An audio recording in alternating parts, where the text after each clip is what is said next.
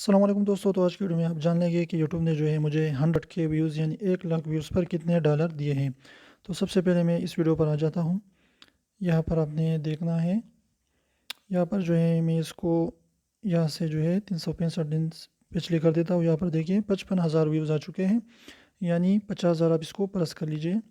इसके बाद मैं यहाँ पर आ जाता हूँ अपने रेवेन्यू पर, और यहाँ पर जो है मैं भी 365 डेज़ की जो है कर लेता हूँ। तो यहाँ पर मुझे मिले हैं $32, 55,000 व्यूज़ के।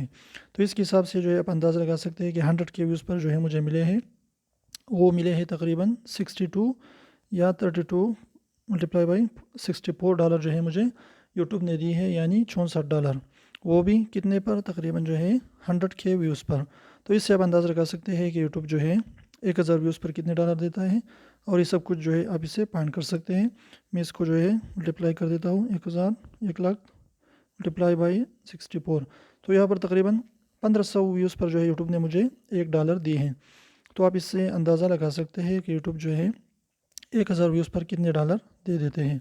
तो उम्मीद करते छोटी सी वीडियो को पसंद आई। वीडियो पसंद है तो प्लीज़ वीडियो को लाइक कीजिए, चैनल को सब्सक्राइब कीजिए।